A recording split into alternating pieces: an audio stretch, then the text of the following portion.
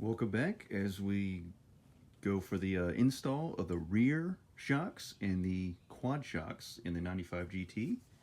And side by side, here are the quad shocks, the old and the new. And as you can see, it's a little longer just because it's extended, so I will have to, push it, compress it, push it down a little bit just to get the bolt started. So I don't have any new hardware for the quad shock, although in the picture on Late Model Restoration's page for these Gabriel shocks, it looked like I was supposed to get hardware, but my hardware is still good. So I will go ahead and just reuse, clean up and then reuse. Now, with the rear shock, they do have this almost like chicken wire or whatever you want to call it. It's holding it down in a compressed position. So once I install it, then I can cut this, and I assume the shock will expand up, and so I can actually get this bolt started on the bottom, and then I can cut this, and then it'll presumably rise up, and I can aim it into the hole. And I do have new hardware for the top side that you access to the trunk. So it looks like I'll take the metal piece first, followed by the rubber. And keep in mind the rubber is not the same on both sides. So for this, I'm guessing this is going to seat up into that hole in the body towards the trunk. So that'll go on like that. I can actually put that on now. That's actually a good fit. And then from the other side, once I get this up in there, then from the trunk I can put this side down on there. And again, this piece sticking out will seat into that hole, that metal hole in the trunk that I showed you in the last video, and I'll show you it in this video as well. So basically, you do the rubbers. You have rubber on both sides of the metal body, and then followed by this, followed by the provided nut, and then you can once you get the nut on, you can hold it flat, tighten your nut, and of course tighten the bolt on the bottom side. Then you're good to go.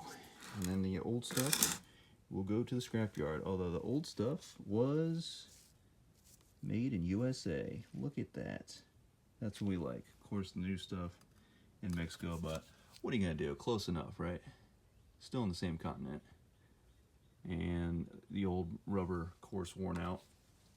Any rubber bushings or any rubber pieces on your 20-plus-year-old car, please check them. They're gonna be cracked, old, dry rotted, out of shape.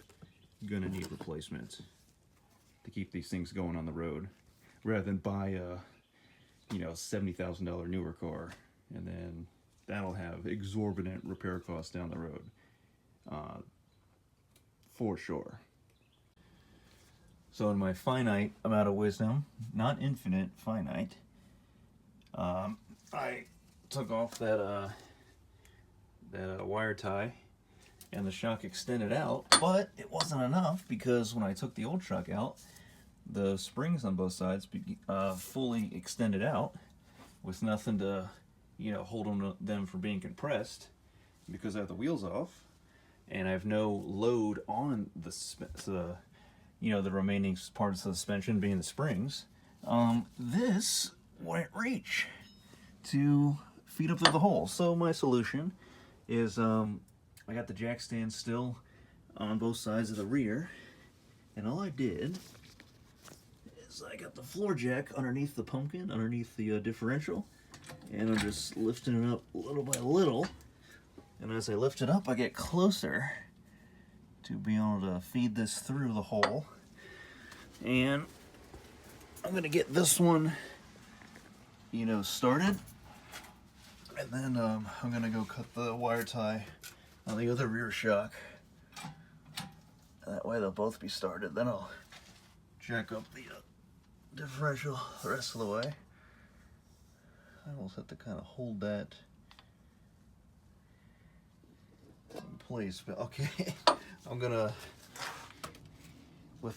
pump the handle with my leg as I hold this in place. Let's see if that works. Just enough. Yep, okay. That one started. Now, I won't go any further because I'll go around to the other side. Let me get my side cutters here. Mac branded Mac tools, Mac side cutters. Got a bundle of them for, I think it was like 180 bucks for 15 various pliers, side cutters, and what have you. So let me set the phone down. I'll set it on the tire. See if that works. Just have you guys hang out there while I cut the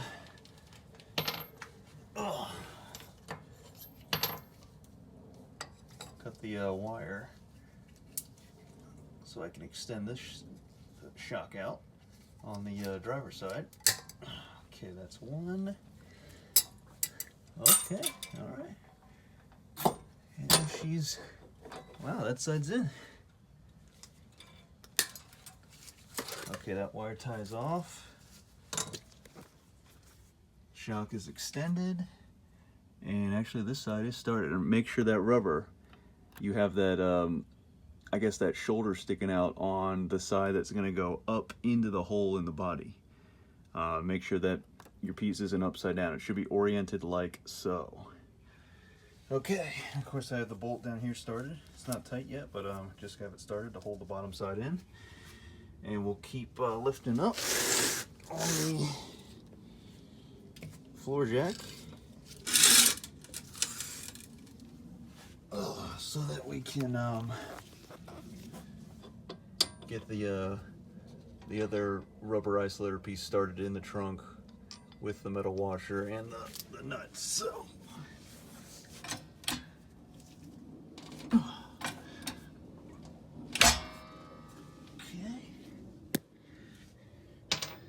just make sure it's not lifting up off the jack stands at all. Okay, that's good. I think what it is you actually have another, almost like a I don't know what you would call this. It's off of the differential, and it bolts from the differential to the body up in there. I guess those have bushings in there that should get replaced. These are almost like an upper control arm, or just another. I guess it just connects the rear differential to the body. I don't know if you see that on a lot of the cars, but it is on the 95s. I guess the Fox bodies too. So, actually, let me come around here. And now you can see starting to poke through. So as I crank on the jack, yep. Nice. And, oh, you know what? I'm gonna lay down my trim piece there and take a look at what's going on this side.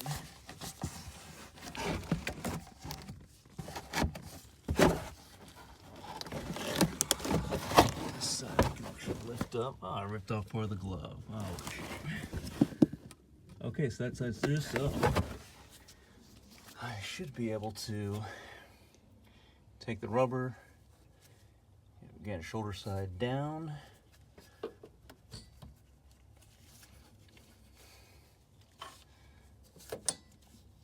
And I still need to come up a little bit more so I can get the nut started. And it does appear to be fine thread, so do be careful you don't cross thread.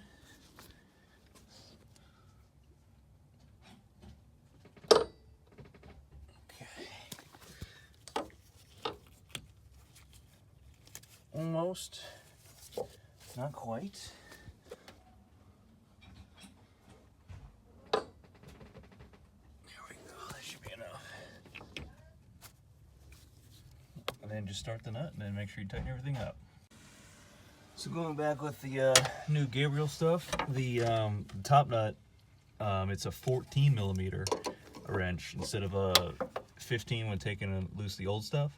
So keep that in mind. And I was actually able to tighten down the nut without the thread spinning at all, so I didn't have to hold it flat. And since it's just rubber pieces you're tightening against, don't tighten like don't tighten the hell out of it, but go fairly tight. You start to see the rubber bulge out. And then on the bottom side, I tighten the 18mm nut, holding it with the socket and the ratchet, and then hit the 15mm bolt head with the socket on the wobbler on the impact here.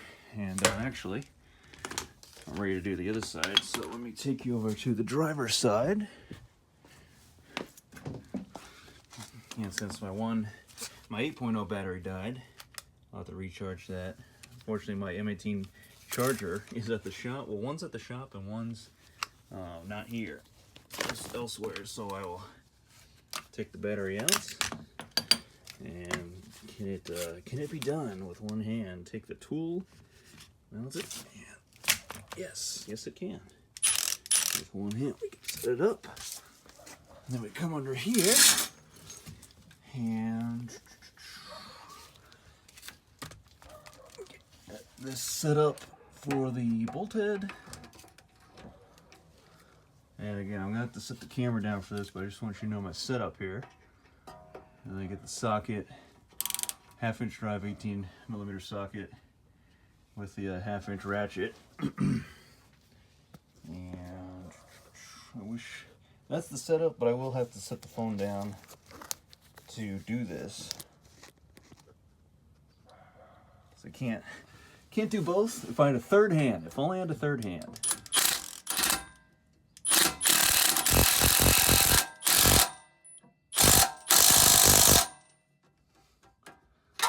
Okay, it's good and tight.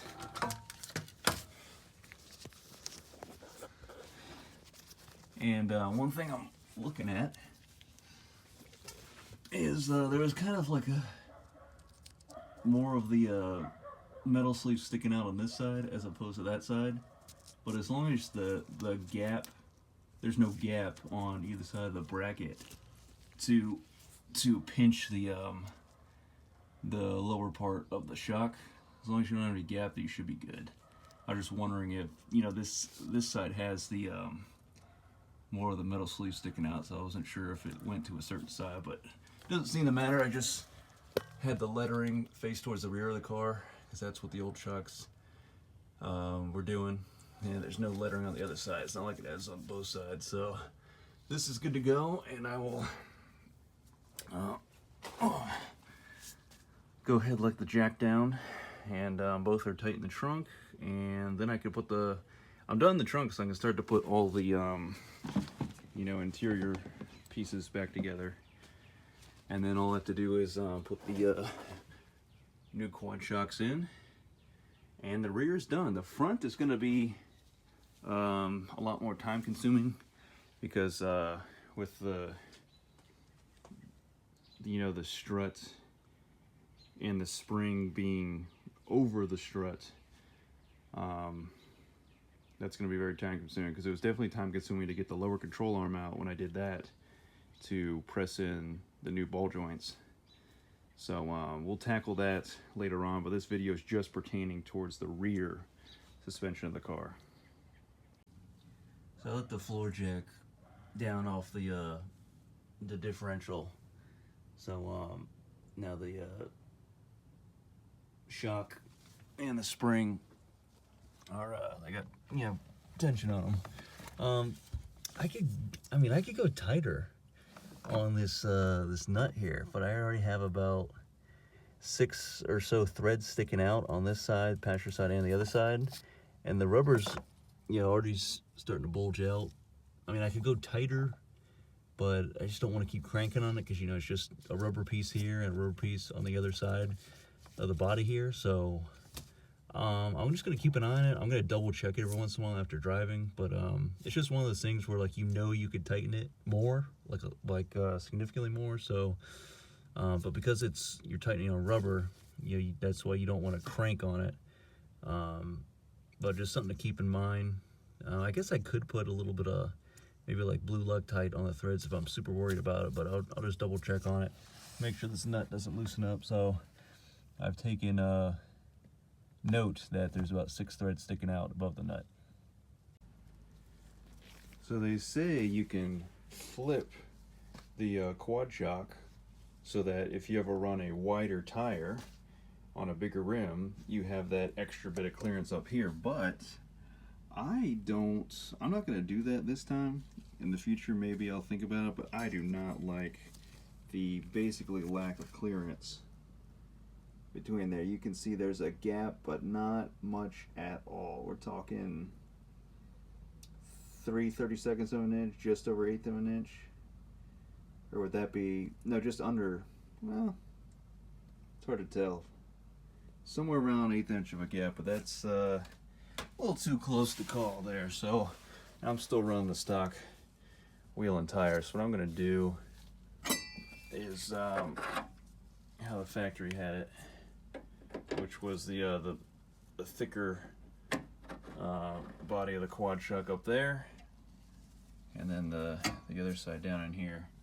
So that way I have much bigger clearance between the rear shock and the quad shock. But food for thought if you ever want to run a bigger wheel and tires. Some people just delete the quad shock, which it doesn't seem the safest thing to do. But the flipping it around, if you could have a little bit more clearance in between there, it might be okay. You just have to try it out. If you're running that, you know, let's say 305 or whatever you can fit back here. But yeah, just food for thought. Okay, so for installing the rear quad shock, just remember, put your, I guess we'll have it this way, flat on first, and then slide your one end of the quad shock on there. And remember, just keep in mind this other side you can rotate around to fit it down into your bracket on the other side. And this side actually is going to take a little persuasion. But back up here, you put your other washer, flat washer, then thread on the nut.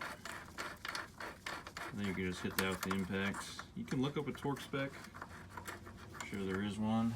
And then for this side, I got my bolts, and once I can line everything up, I'll put the bolt in. We'll be good to go.